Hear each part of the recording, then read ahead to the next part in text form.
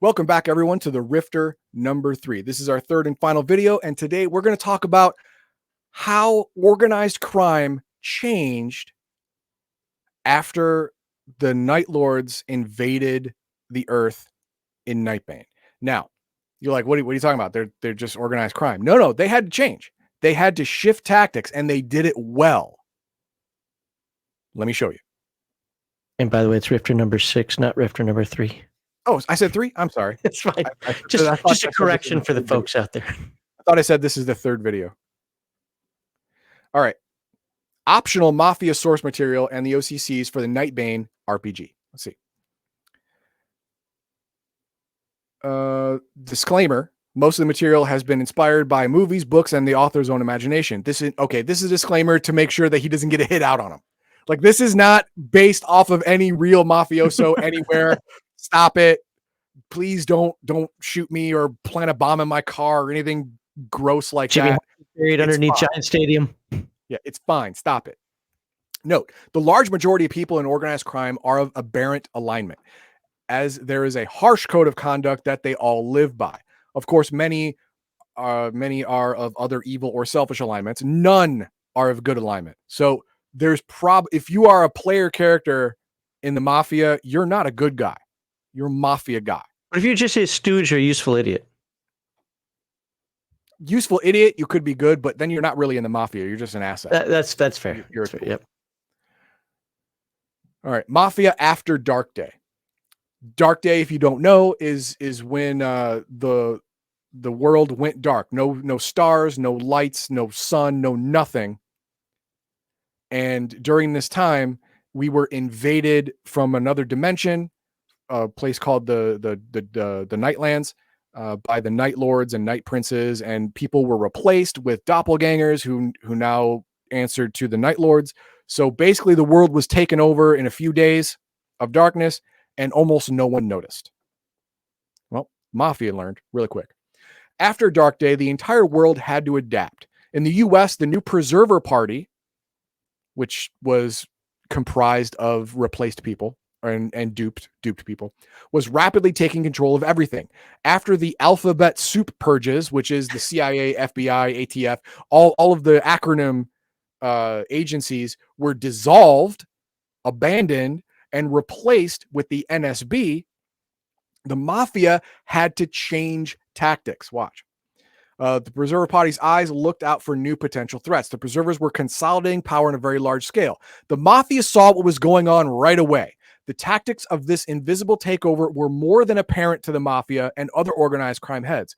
Who better to spot a rigged election or a senator on the take than people who rig elections and put senators on the take, right? They saw their old enemies, the FBI, NSA, CIA, being disbanded and a new force, the NSB, being put in their stead. What any wise guy worth his salt saw was another syndicate muscling its way into the old government's turf. The Mafia mindset was someone is taking over the government organization, the family. And now it's working on different rules, and we'll find out what these rules are. The FBI, CIA, and such were known commodities to the Mafia. There were arrangements made with the old government organizations. One knew how far you could go, how and what they might do. Basically, everyone had a rule system. You know, the FBI isn't going to start a manhunt for Tommy Two-Tone, right? Which is funny because he's whatever. Unless Tommy did something that crossed the line. All the low-level stuff is fine. It's not worth the FBI's time. It's not worth the CIA's time, whatever. But you cross this line, that's a bit too far. Now we gotta smack you back. But those rules didn't exist with the new organization, the NSB. They were going after everyone all the time for almost what the Mafia considered no reason, right? These new feds were odd. NSB agents were extremely difficult to bribe or buy, and information was hard to obtain or steal. Organizations that were being taken out left and right. Big, powerful old families were being taken down, sometimes in the courts, but increasingly in armed assaults by NSB agents. What saved the mob from total obliteration was the lack of evidence. The fact that very few organizations put information on paper or this is an old thing, CD, Compact disc was the format back in the day. Thumb drive. Made it extremely difficult to trace who knew what, who was in charge, or what was involved. Yes, it's the secrecy of the mob that let them survive long enough to pivot. The FBI, the CIA, they all have documentation. Who their guys are, what they do, what they've done, what they're going to do. Leaders, lieutenants, ground troops, whatever. It was all documented so the NSB could get them all. In a just a very quick way, because I'm sure you did this when we covered Nightbane 2 years ago. What is the NSB? What makes them so hard to bribe? And what puts all this together? Who are they? Okay. They are the replacement for all of the intelligence and executive enforcement agencies. Now, the reason that the FBI, CIA, NSA, ATF were all disbanded was because the Night Lords didn't have enough control of them. So they disbanded the whole thing and created the NSB, which I forget what the acronym is short for. I can't remember right now, but it was handpicked leadership down to mid-level management of people who were loyal to the Night Lords. So the Night Lords, the bad guys, are the NSB. Okay. Yes. They are technically in charge because that's who they're loyal to, whether the NSB knows it or not. Each individual person may not know the Night Lords exist. Each individual person may not realize that people have been kidnapped in the government, but their boss or their boss's boss does and takes orders from the bad guys. Okay. The enemy of my enemy. Receiving orders from the highest rungs of organized crime, the entire mafia went deep underground. Already operating in secrecy, the new mob became all but invisible. With the harsher laws come greater profits. If street gangs like the Golden Posse became like the mob of the 1940s, then the real mafia was off the scale. After a while, certain information networks began to emerge. Stories of strange monsters working for the NSB and the federal government began to crop up. Also, certain contacts with the former feds were reestablished, and it was learned that not all the old government agencies were now fighting the NSB and the Preserver Party controlled by the government. So now the old agencies, the FBI, CIA, ATF, some of them didn't just quit or put in jail or whatever. They escaped and they went underground. And when a couple of people go underground, you meet up underground. So the mafia met with the old FBI guy, said, "Hey, what are you doing here?" "I'm hiding." "Oh, us too." "What do you want to do?" "Well, we got to do something because this has made life really hard for us. It's harder to make a buck being a wise guy. So I'm going to help you, old FBI guy, see if I can get back in place, and maybe we'll come to an agreement. You know, you scratch my back, I scratch yours type thing." Let's see here. They offered an alliance of sorts to the Spook Squad, former CIA and NSA, and they decided that the chances of survival were much greater united as opposed to trying to fight separately. This offer was readily accepted as far as the Spook Squad was concerned. Who better to run a covert war than the mob? With their vast resources and networks of smuggling, information, safe houses, etc., they would be the perfect allies. This alliance is not the greatest because technically you're an FBI agent who's now being housed and protected by the mafia, and you may feel some feels about that, right? And the mafia may have feelings about you being in their house, you know? But hey, the takeover of an entire planet makes strange bedfellows. So what do we have? We have special OCCs and abilities for the wise guy. Now, I'm not going to go into a lot of it. You get bonuses of strike. You can summon thugs. You can detect a Fed or undercover agent because you have experience in smelling them out. And you can tail people really well. Better than the skill itself if you got the skill of surveillance, counter surveillance, whatever. Well, the base skill is 30%. Is it really better? 30. It is because the other one starts at 20. Okay. Then we have the Cleaner. This is a mafia assassin. What special abilities does he have? Bonuses. Anti-supernatural bonus. The mafia assassin has a special ability to bypass the armor rating of supernatural creatures as long as they take their time in their attack. Which is great because almost every supernatural creature in Nightbane has some level of armor. even the weak ones like an 8 or 9, whatever, it doesn't matter. And it goes up to like 15, 16, 17 on the high end. And these guys can bypass that entire thing, which is Look, great. I will just look at them. They'll run away. My horror factor 22. Yeah, exactly. You have a horror factor 22. You're just not going to get fought because no one wants to fight you. So gross. It is gross. Then we have the mechanic. Now, this one is also Mafia Assassin, but he specializes in traps and explosives. Often ex-military, like the cleaner, just has a knack for their art. They work on job-to-job basis and are generally called in only for very specific jobs. Their fees are usually very high due to the danger innate in their duties. What do they get? They don't get any special abilities, except they get a higher demolitions and demolitions disposal bonus, trap mine detection, detect concealment, because look at that bonus for perception. Jesus. Oh yeah, they get a +2 to all perception checks, all, but +8 for perceiving sabotage or booby traps. That's nice. Honestly, that in that world, we're talking in that world, that is nice. Deal. It's a good deal. Yeah.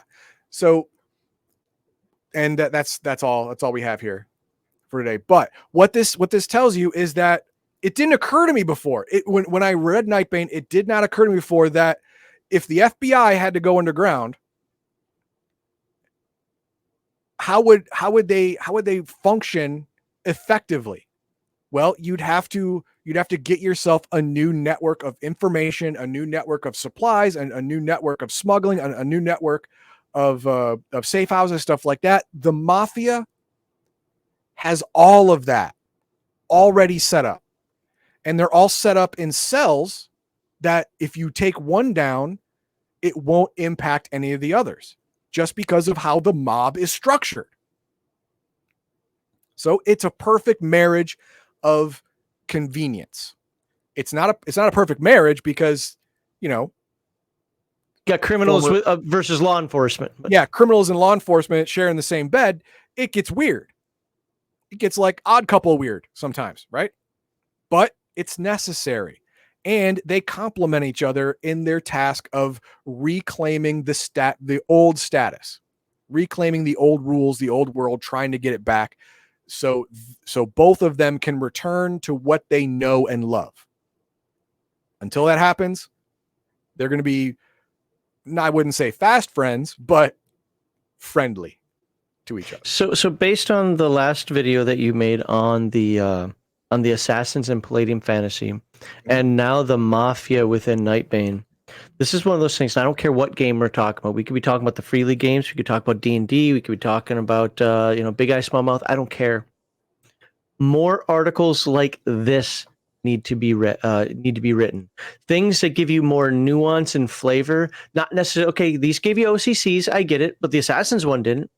But gives you more nuance and flavor to the world of like what's happening, I don't know, in the education system, what's happening in the Mafia, what's happening in small business, whatever, how people react to this, because it really gets, even if you don't use it directly, it really gets those game masters brain juices flowing. I never thought of the idea of guilds forming up out of a bunch of convenience store owners, things like that.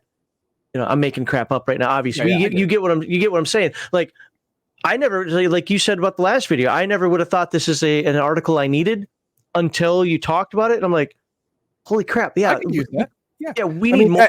As a game master, this stuff like this makes the world more interesting for the players. Yes. They're going to want to immerse themselves in a world that they find interesting. Anything you can do to make your world more interesting is going to bring your players closer to a really fun role-playing experience. Yep. So yeah, stuff like this is great. Is it useful all the time? Is it useful by everyone? No, by no means. But if you can use it, use it. And you don't even have to dive into it. You can use it as a peripheral thing and still have it there because it makes the world more alive. And if they choose to address it or approach it or involve themselves with it, then you have all the rules and all the stuff to make it come alive. You have all of that at your fingertips. So yeah, I love it. So what do we have for chat? So William Sova says, I'm guessing National Security Bureau for NSB. Don't know, but it sounds right. I wish I remembered, and I meant to look it up before the stream today. I forgot. I By the completely way, forgot. when you write a story or an article or anything like that, you always define the acronym the first time you use it, even if it's a little niche story like that. Yeah. Always define, but you should have the core book. Doesn't matter. Always define the acronym the first time. Yes. I'm Best going back to practice. 1999 to tell him that. Yes. Best practice. Like if you're gonna have the initial CIA 7 times in your book, the first time there's a parenthetical, Central Intelligence Agency, close parenthetical, and then you don't have to do that again. And if you're really pedantic, you do it the right way, which is you actually say it and then do the parenthetical with the CIA. Fair enough. But Heathen Dog was, conceptually, yes, right. He says, this is gold. Yeah. And it never occurred to me that I would want to play a mafia guy in Nightbane. What if I'm like a mafia enforcer that because it's usually kids. I'm a low level brand new mafia guy and I turned into a Nightbane. I can be Nightbane and be in the mafia. Now I can do that.